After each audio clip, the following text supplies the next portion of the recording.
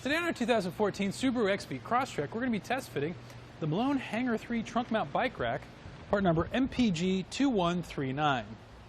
We already have a bike installed on our rack. Let's take a closer look and show off some of the features. How the bike is held into place, we're going to have 3 points of contact. We're going to have 2 straps up at the top and 1 off to the side, and that's going to serve as an anti-sway cradle, to keep the bike from moving too far back and forth and possibly making bike-to-bike contact.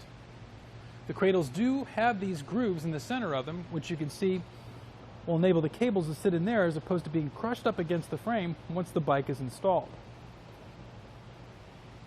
The cradles are stationary, meaning they cannot move back and forth, but they can be adjusted up and down or to the other side to accommodate different loading styles of certain bikes. At the ends of the arms, one end will have a reflector here for better visibility at night, and then on the other we do have the integrated cable lock to secure your bikes once they're all installed. Also, once all bikes are installed, there is a stabilization or load strap that will wrap around all 3 as well as the bike rack to keep everything together. And in certain situations where you see this, where the bike itself may make contact with the rear of your vehicle, you can use either a bungee strap or cord or something to keep the wheels straight and keep it away from your vehicle. So let's go ahead and take the bike off and set it aside.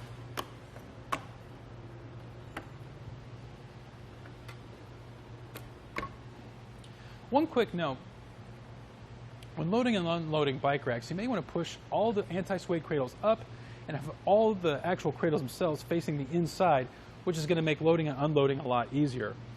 Also, with certain bikes such as kids' bikes or alternate frame bikes, it may require the use of an adapter bar to go across, which you can find on Etrailer.com from Malone.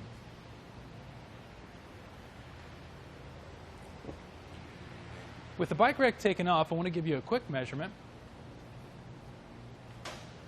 Measuring from the edge of the bumper to our outermost point, which will be here, we've added about 25 inches to the rear of the vehicle.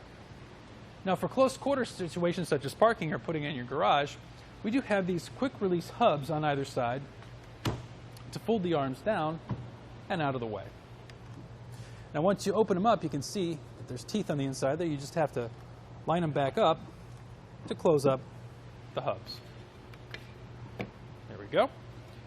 And now with everything folded down, again measuring from the edge of the bumper, now we've only added about 5 inches to the rear of the vehicle, so that made quite a bit of difference. How the bike rack is attached to the trunk or hatch, you're going to have 6 points of contact. We're going to have 2 padded hooks up at the top, 2 to either side, just underneath our tail lights here, and then 2 at the base.